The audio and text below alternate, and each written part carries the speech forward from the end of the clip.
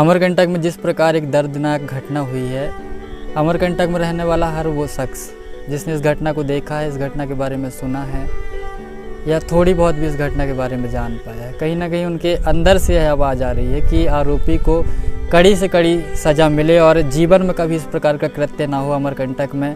और अमरकंटक ही क्या, बाहर भी इसी के साथ ऐसा कृत्य ना हो, मुस्कान को न्याय मिल जाए, इसलिए आरोपी को कड़ी से कड़ी सज़ा मिल जाए, ऐसी सबकी मांग है। लेकिन क्या मुस्कान को न्याय मिलेगा? क्या मुस्कान के परिवार को न्याय मिलेगा? क्या मुस्कान वापस आ सकती है? क्या परिवार में उसके पहले से वो चहल पहल हो सकती है जो पहले थी? क्या उसके परिवार में वो सब खुशियाँ लौट पाएंगी जो उनके परिवार में थी?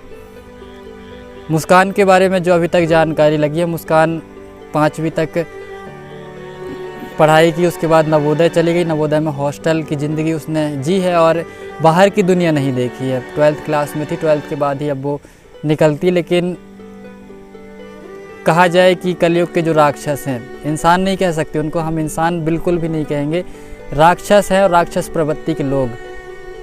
अमित करायत देख सकते हैं आप, और उसके द्वारा जो ऐसी कृत्य किया गया है, ये घटना 15 सितंबर गुरुवार की है, दोपहर लगभग 11 से 12 के बीच की है।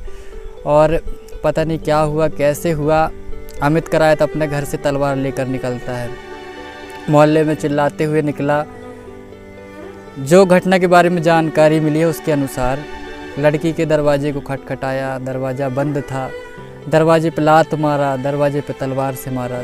उसके बाद जब नहीं खुला गेट तो बगल के रास्ते से गया और जहां वो 17 वर्षीय मासूम निर्दोष मुस्कान को पा गया। और कैसे बताए, बेहद ही दर्दनाक घटना है। और वहीं पर उसने एक बड़ी ही दर्दनाक तरीके से उसको मौत के घाट उतार दिया। और कहीं ना कहीं इस घटना से हर वो शख्स जो अमरकंटक में है सहमा हुआ है और आरोपी के खिलाफ कड़ी से कड़ी कार्यवाही की मांग करता है।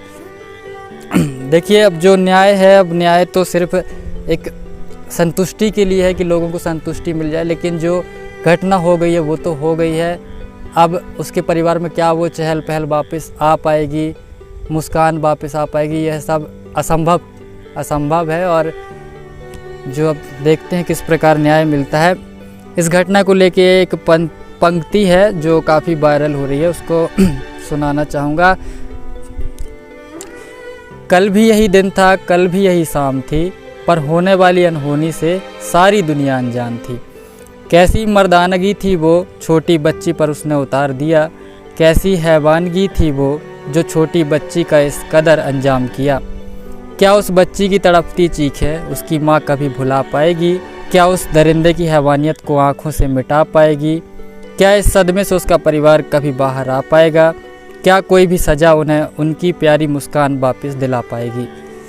तो इस प्रकार ये कुछ पंक्ति है और कहीं ना कहीं इस पंक्ति में ही पूरे दर्द जो है वो झलक रहे हैं। और कहीं ना कहीं हम महसूस कर सकते हैं कि जो उसके परिवार की जो चहल पहल वो अब वापस नहीं आ सकती। और एक न्याय है जो कहीं ना कहीं लोगों को एक संतुष्टि दे सकती है कि नहीं, चलिए न्याय हुआ है, आरोपी के खिलाफ कड़ी सारी कार्यवाही हुई है। लेकिन जो घटना हो गई बेहद ही दर्दनाक घटना, इस तरह के कृत्य यहाँ पर नहीं होने चाहिए। माँ नर्मदा जी आप देख सकते हैं पीछे हैं, और अमरकंटक में इस प्रकार की घटना कभी नहीं हुई। हम जब से हैं अमरकंटक में तो कभी नहीं सुना अमरकंटक में इसके बारे में। लेकिन माँ नर्मदा की नगरी को बदनाम जो किया गया है जिस तरीके से आरोपी के द्वारा, और इस प्रकार की घटना की गई है, कहीं ना कहीं इस घटना को जिसने भी देखा है, सुना, एकदम से वो सहम गया है। हम खुद अपनी ओर से चाहते हैं कि आरोपी को कड़ी से कड़ी सज़ा मिले और मुस्कान को न्याय मिले। आज अमरकंटक का हर एक शख्स जस्टिस फॉर मुस्कान को न्याय दो की मांग कर रहा है। और देखना होगा कितना जल्द प्रशासन उसको न्याय दिला पाएगी। धन्यवाद।